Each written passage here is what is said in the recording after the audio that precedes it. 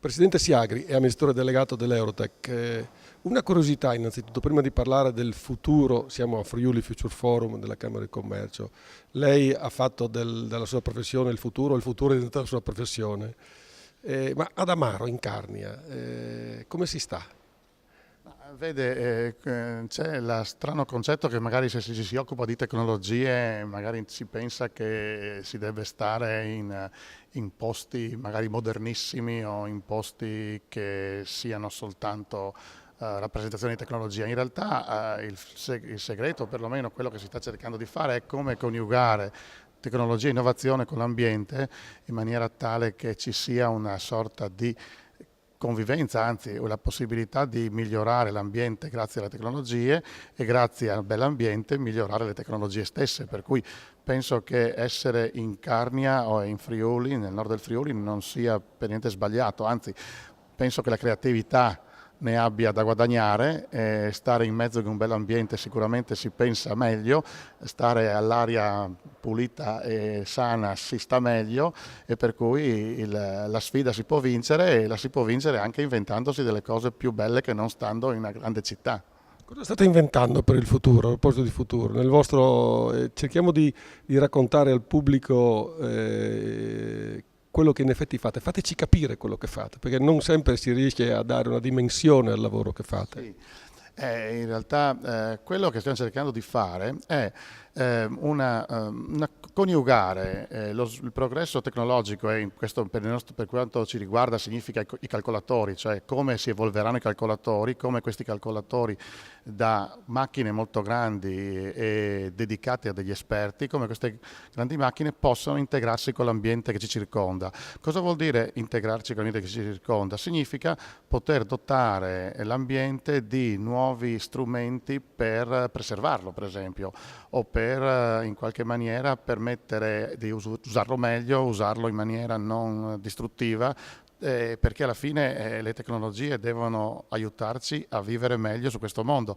Il mondo sta diventando sempre più piccolo, si dice, perché la popolazione cresce sempre di più e bisogna trovare delle tecniche, grazie alle tecnologie, per superare questi ostacoli che vengono dall'invecchiamento della popolazione, dalla crescita della popolazione, dal fatto che più popolazione c'è, più inquinamento c'è. Ecco, che con le tecnologie si possono superare queste cose e un esempio può essere che se si riescono a ridurre di molto le dimensioni di calcolatori e renderli così piccoli e così poco renderli economici e anche che non richiedano moltissima energia, si possono cominciare a disperdere nell'ambiente e far sì che diventino per esempio, dei sistemi di monitoraggio della qualità stessa dell'ambiente, permettendo per cui di avere dei sistemi di allerta se degli inquinanti si stanno propagando o se si stanno in qualche maniera cambiando la qualità della nostra vita.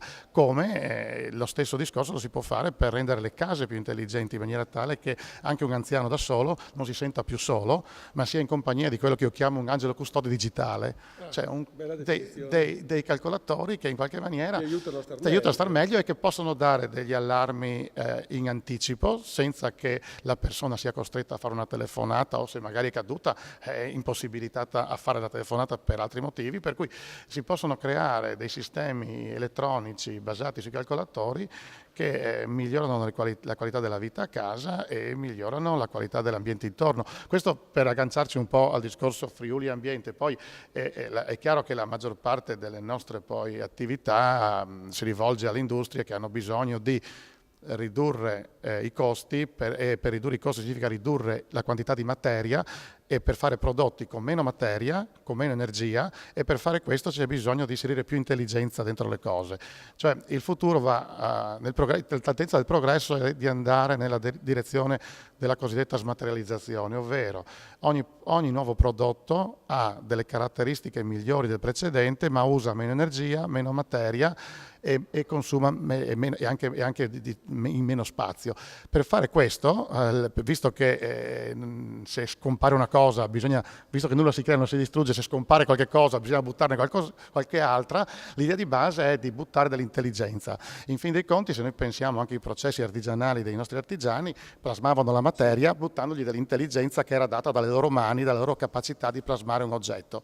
E per cui un oggetto diventava, tra virgolette, più intelligente, per cui da un pezzo di legno diventava, non so, un artigianato futuro questo. Ma in realtà sì, l'industria di oggi sta andando verso quella che addirittura si chiama la fabbricazione personale, cioè le tecnologie stanno andando nella direzione di permettere alle imprese del futuro di poter riutilizzare la materia in maniera molto più economica di adesso. Quindi potremmo essere avvantaggiati noi italiani in generale, che abbiamo questa cultura dell'artigiano, del fare personale. Infatti lei è arrivato al punto.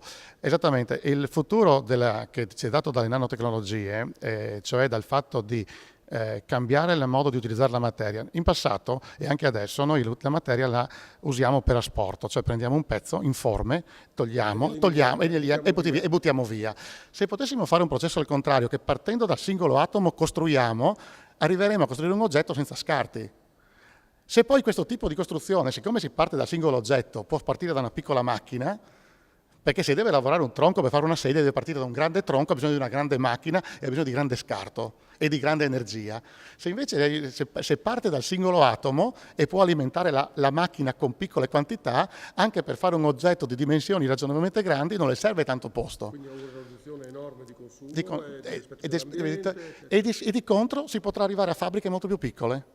Quindi torniamo alla dimensione artigianale. Il paradosso è che le tecnologie non stanno come si può pensare portando il mondo verso la rovina, anzi sono il contrario. È chiaro che in una fase intermedia, quando non si sono ben capite, come tutti i processi, tendono a scombinare un po' gli equilibri, per cui in una fase intermedia sembrano in qualche maniera snaturare le cose, però poi quando si sono ben capite invece tendono a rendere le cose ancora più naturali e ancora più vicine a misura d'uomo. Quindi è un messaggio di grande speranza a questa cultura dell'artigianato che noi abbiamo in Italia, in cui si dice ma siete troppo piccoli e solo i grandi possono andare avanti, però quindi l'idea di base è che secondo me adesso siamo passati in anni in cui non è più vero che grande è bello, è l'insieme di tanti piccoli che è bello, cioè ricreare il concetto dei network, in cui facendo del network, perché sta scomparendo un po' l'idea del grande che è bello? Perché è difficile che un'unica entità sia in grado di dominare tutto il processo è molto complesso. Per cui è meglio mettere insieme degli attori che dominano singole parti di un processo e metterli in una rete e farli convivere insieme. Per cui in realtà è vero, la direzione del futuro, soprattutto che sarà di nuovo un recupero della creatività, perché poi sta ritornando un grande recupero anche sui processi di produzione, di industriali, non più la produzione di massa, ma la produzione personale, cioè se noi riuscissimo a partire dal singolo atomo anziché dalla materia informe, potremmo pensare alla personal fabrication, alla fabbricazione personale. Di contro, la fabbricazione personale richiede grande comprensione dei gusti e del singolo, è una specie di un artigianato del futuro. Ma dotato di mezzi che può. Infatti il passaggio è che adesso non abbiamo ancora, l'umanità ancora non ha capito come fare questi, passatemi il termine, nuovi torni, cioè però torni nanotecnologici che non partono dalla massa ma partono dall'atomo. Fatto quello, che ci vorranno ancora qualche decina d'anni, e si passerà sicuramente in una fase in cui verranno rivitalizzati e in qualche maniera ripresi in considerazione, rivalorizzati ambienti come quelli del Friuli. Per cui l'Italia in qualche maniera, le battaglie non si perdono mai, le guerre non si perdono mai, le battaglie si possono anche perdere, però le guerre si possono sempre in qualche maniera cambiare e riportarsi. Abbiamo quindi un vantaggio di partenza, parliamo del nostro Friuli Venezia Giulia, abbiamo un vantaggio di partenza enorme perché abbiamo un territorio fondamentalmente sano, che ha delle basi solide anche per quanto riguarda l'ambiente, quindi questo diventa un biglietto da visita strategico. Esattamente, se c'è la comprensione, se tutti comprendiamo che questo è il problema. Secondo me è che tante volte c'è lo scoramento perché magari si è persa appunto una battaglia e si pensa che si perderà. Anche si faceva non si può far più, non funziona più, ma invece quella è una battaglia persa, non importa, non è la guerra persa, è la battaglia. Grazie alle tecnologie si può sempre riportarsi in carreggiata, basta vedere cosa ha fatto la Cina negli ultimi 40-50 anni, cioè, sembrava un paese perso.